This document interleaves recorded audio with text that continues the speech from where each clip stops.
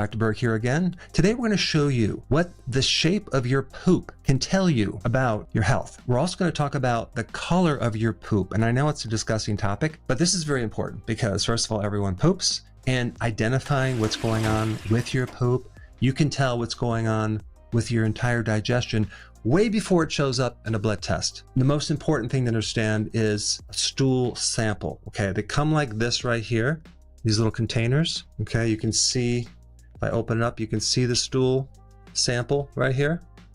Okay, you can see this right here, and that's a little stool sample. That's my first joke. Don't worry, I'm not going to quit my day job. Let's first talk about what does normal poop look like. It looks like this. It's brown and it's shaped like a sausage. If the stool is these small little hard pellets or little balls, this usually means that the transit time or the time it took you to digest was a lot longer because something is wrong higher up in this digestive tract. Now let's talk about if your stool is softer, not really formed that well, but it's not quite diarrhea. The most likely reason for this is that you're missing microbes because the microbes help you form the stool. And if they're not there, it's going to be fragmented and it's going to be soft. It also could be some food allergies. Anytime your body has some type of allergy or some pathogen, food poisoning, for example, your body is going to immediately get rid of it, either with a complete flush, in which case your stool is going to be liquid, or semi-liquid. Problem is when you have diarrhea, it flushes all the good bacteria out as well. One of the things that works really good is to start consuming blackberries with some kefir or yogurt. You can blend it up to help put back in the microbes, and it seemed to resolve it pretty quick. There's one more shape I want to talk about. It's kind of a thin pencil or a cigar shaped stool. If this thinner stool is present, there's some type of problem in your colon. Either your colon is impacted, or you have maybe a lot of polyps, or you have some obstruction. There's something going on in your large intestine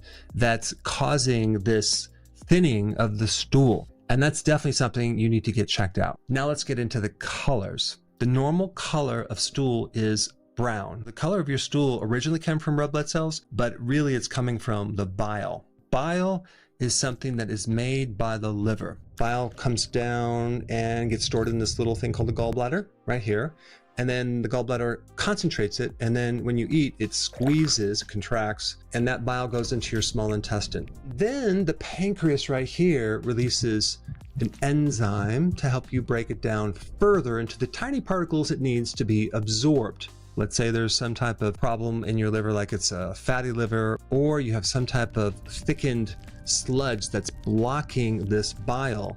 Then what color is the stool going to be? It's going to look light colored or gray. And this could be well before you even notice any problem in that area. If you look in the toilet and you notice your stool is floating, then there's fat in there and it's light colored. You know right off the bat, there's some obstruction in the gallbladder or there's a problem in the liver. Let's say, for example, there is bile being produced, but the real problem is the pancreas. The stool is going to have a bad odor because it's not digested. You're going to notice the stool is greasy. That means there's a problem with the pancreas. One possibility could be cancer, but that's rare. The most likely reason is the pancreas is just exhausted because it's been overworking. Now let's talk about another color of your stool, black stool. This usually is more serious because it means there's blood that has been oxidized. And so let's say you had an ulcer higher up in your digestive tract or in your stomach, you're bleeding.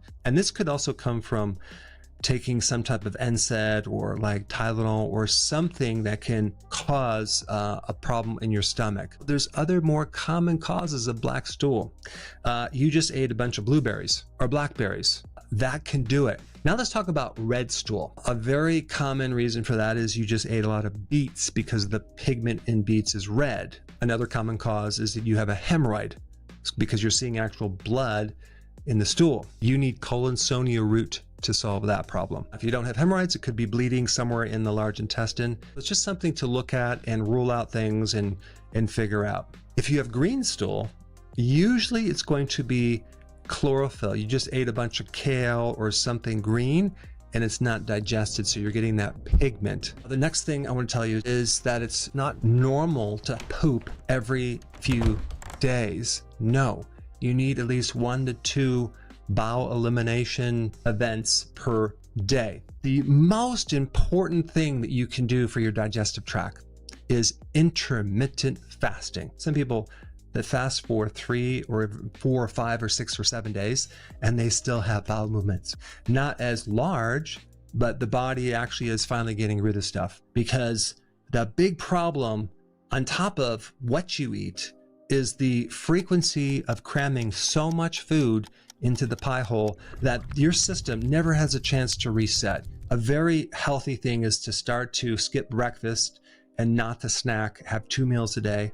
It's so therapeutic because it gives your digestive system a chance to reset, and it gives it relief. There's another thing you need to know about in relationship to incomplete digestion. That usually is a situation where you don't have enough acid. As we age, we lose the stomach acid. For that condition, you need to add more acid to the stomach. And I would recommend betaine hydrochloride. Take a little bit, and then each day increase it until those symptoms go away. If we don't have enough acid, we don't trigger the gallbladder to release bile. We don't trigger the pancreas to release its enzymes. So we end up with incomplete digestion, and that can show up in the stool. Now that you know more about the shape of the stool and the color of the stool, the absolute best video that you can watch right now is how to make your own yogurt with L-reuteri, so you can get levels of like 300 billion per half of a cup. This is a game changer. You have to watch this video.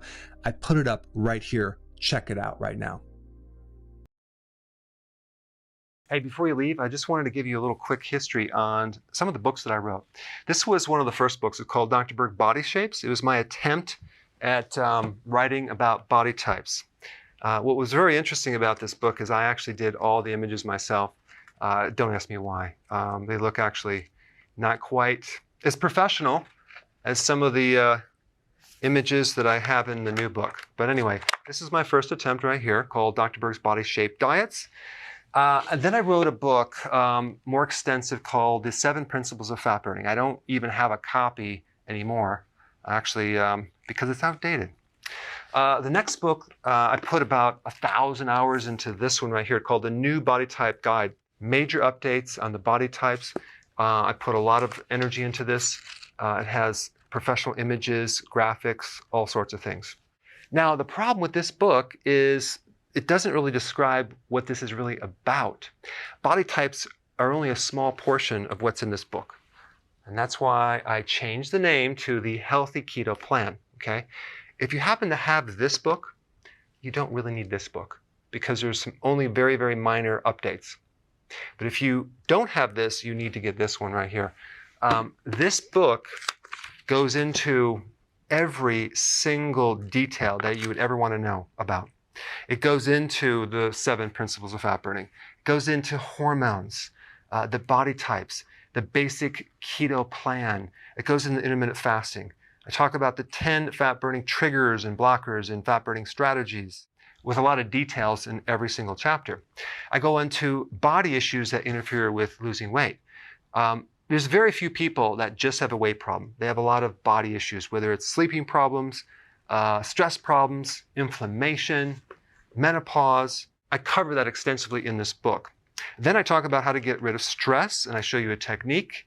Then I get into exercising. And then I have a lot of really good recipes in this book as well. So this is a good reference guide. On my website, if you get this book, you get this one free. It's called Healthy Keto and Intermittent Fasting. This is the shortcut, quick guide to this book.